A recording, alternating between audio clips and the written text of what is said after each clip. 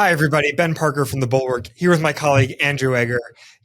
Our boss sometimes says that the sweetest thing in life is to watch bad things happen to bad people.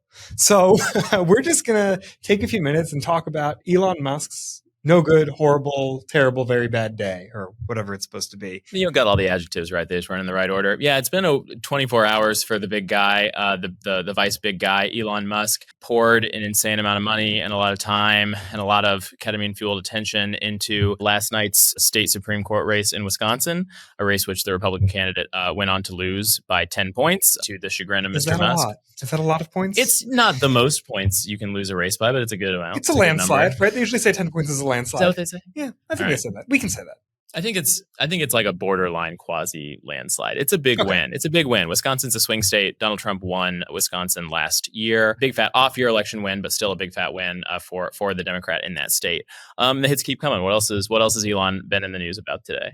Yeah, so I will just mention that it did seem that for a guy who posts on Twitter like 100 times a day, X, like 100 times a day, he did go pretty quiet for a few hours yesterday evening as the results were coming in.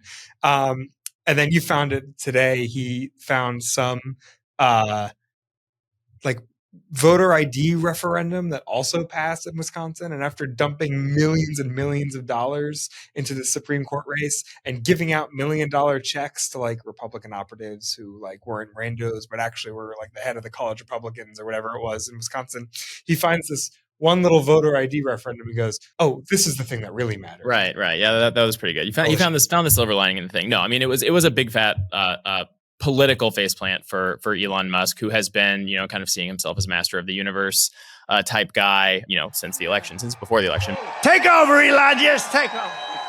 I really do think, last year's presidential election went to his head in a really significant way, where it was like, we have, this moral mandate from the people to do essentially anything we want to do because, Donald Trump's the people's president and I'm kind of his vizier in a lot of ways. And I think this result has come as a pretty significant shock to him. It has come. So look, okay, the next thing we need to talk about is and isn't related to this, right? Yeah. Because there's a Politico headline just out a couple of hours ago this morning, essentially saying that Donald Trump is now telling his allies that Musk's time in the White House is going to be wrapping up. Now, some of this is procedural. Musk is technically a special government employee, an outside guy brought in, to assist in an official capacity for a period of 130 days, and I guess it's renewable. There's ways you can kind of get around it, and Trump had. For quite some time, Trump and Trump allies had been sort of suggesting, no, Elon's here to stay. Like this is his technical role right now, this 130-day window, but like he's a big part of the team. He's going to be a big part of the team. That's the way it's going to be. Not so much now. So the timing of this is very interesting that Trump has seemingly soured on Musk. Musk has been lagging Trump in the polls by a lot for a while. Like that's not a new thing, but it almost seems so like serendipitous that the timing of that story would drop right after this sort of large and embarrassing electoral defeat for a cause that Musk had championed. I don't know. What do you make of that? Yeah, no, you mentioned the 2024 election and how much it went to Musk's head. And I think he may not realize exactly how late in the game he got in on that. Trump started running for re-election before he left the White House, right? We now know this from all the books that have been written, that he was already planning at the end of 2020, beginning of 2021, for his eventual comeback. He spent years and years getting ready for that 2024 election. And Musk came in, only late in the summer. He started pouring in money, appearing with Trump at rallies, especially in Pennsylvania. So, there's this, we'll call it a 5-year process of Trump getting reelected. And Musk came in for the last few months and is like, I'm running the show now, which is classic Elon Musk behavior.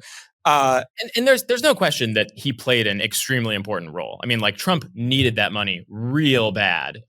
He was burning through it because he was relatively parsimoniously using campaign money or his super PAC money to pay all his legal bills and things like that. I mean, he was kind of in the hole for a while there. Musk came in and backfilled a lot of that, and not only that, but he also helped bring in. He was kind of a big part of that kind of late campaign redirection away from sort of like traditional Republicans or traditional MAGA Republicans, traditional MAGA Republicans, long-standing MAGA Republican base, and bringing in, like Joe Rogan people, I think that's like right. the disaffected youths. I mean, Musk was a part of that, but Musk is not somebody who speaks to the heart of like the median current Republican voter in the same way that Donald Trump does. His range is much smaller. His appeal is much more limited to a much more idiosyncratic crew. And so when he goes out and kind of freelances on a project like this, obviously Trump was posting about this election too, but this was like a Musk. This is a Musk project, and it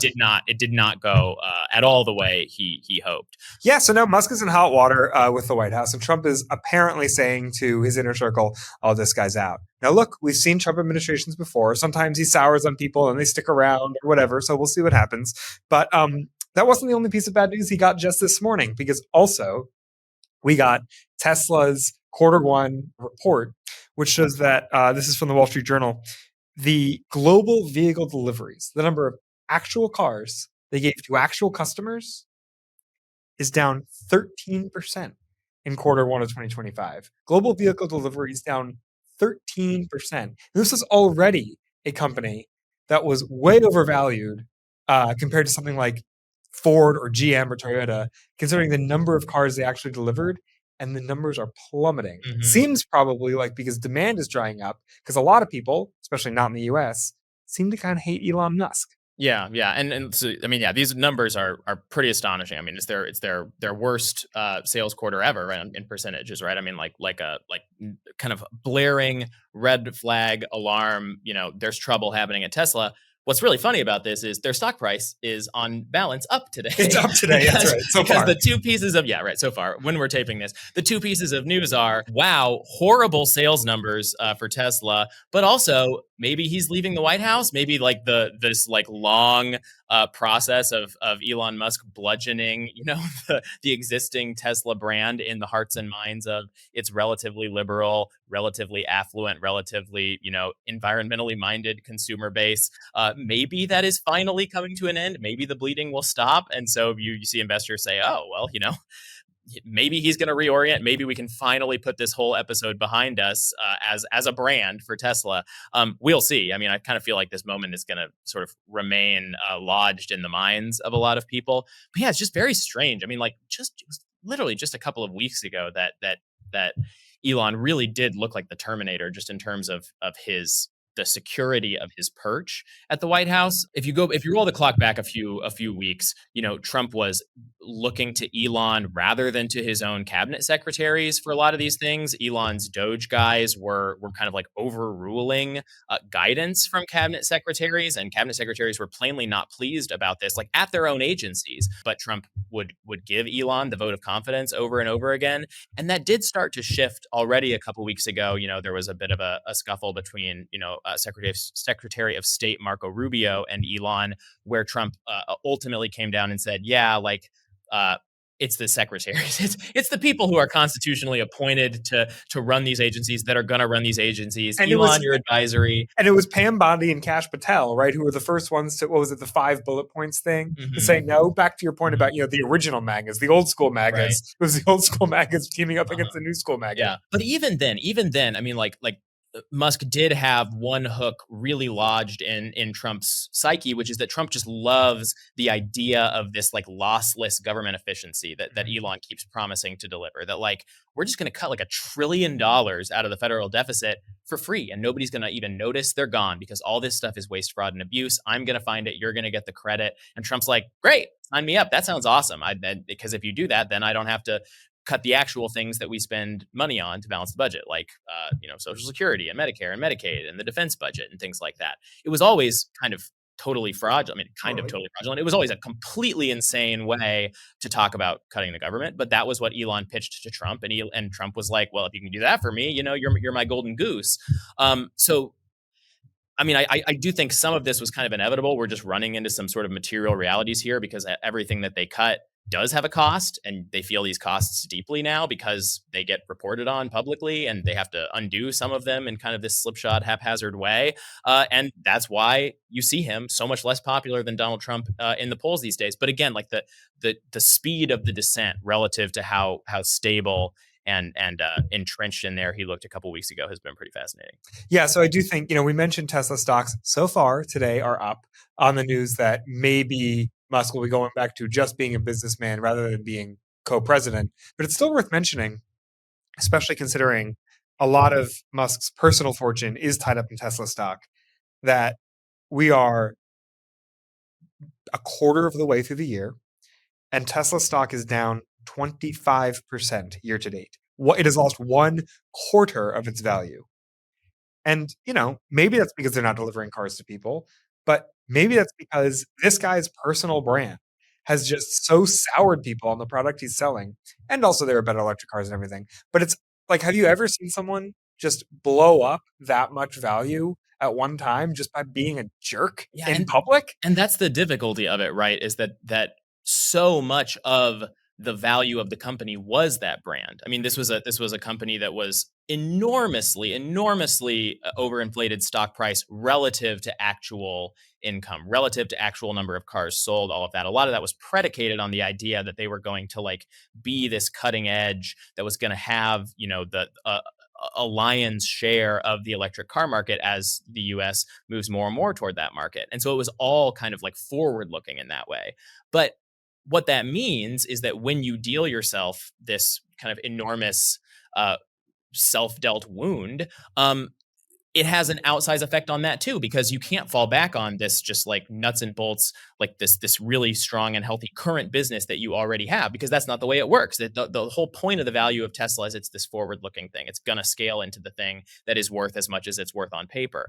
And so it's just, like we said, the price is up briefly today. That may be a trend. You never know. Maybe he actually does kind of reinvent himself again. But it's also very possible that a lot of that damage is baked in, and a small change to current trajectory has a huge impact on kind of the future parabolic arc of this thing. So we don't know what's going to happen. We don't know exactly how it's going to work. But yeah, the weirdest thing about this to me, let me just say this one more thing. The weirdest thing is you would think you have these two things, right? You have Elon Musk and his business empire, and you have Donald Trump and his MAGA movement. And you would think that if you mix these two things together, one's more popular than the other, one might, drag the other down, one might, boost the other up. But what is bizarre is that Elon's work in the government has made both of them less popular. It's made Tesla less popular, and his pre-existing holdings less popular, more toxic, worth less money, and it has now proven a drag on the federal government. It's this bizarre situation where the clusterfuck is greater than the sum of its parts. It's really kind of striking. It's bad move, Elon. It kind of seems like in a lot of ways. No argument.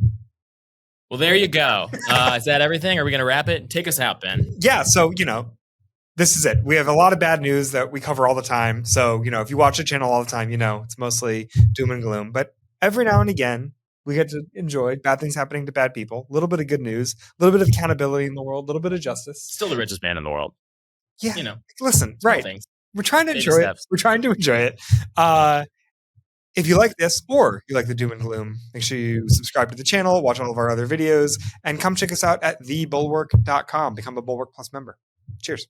Hey, YouTube fam. If you want to support The Bulwark, the best way to do it is by becoming a YouTube Bulwark Plus member. The Bulwark is truly independent. We have no corporate overlords. We're not settling any dumb lawsuits with Trump. By joining, you help support our work, and you can get a bunch of perks right here on this platform. Ad-free content, bonus videos, live streams, and some emojis of me, which I guess some people want. So come join, come hang out, become a Bulwark YouTube Plus member, and I'll be seeing you in the comments. So behave.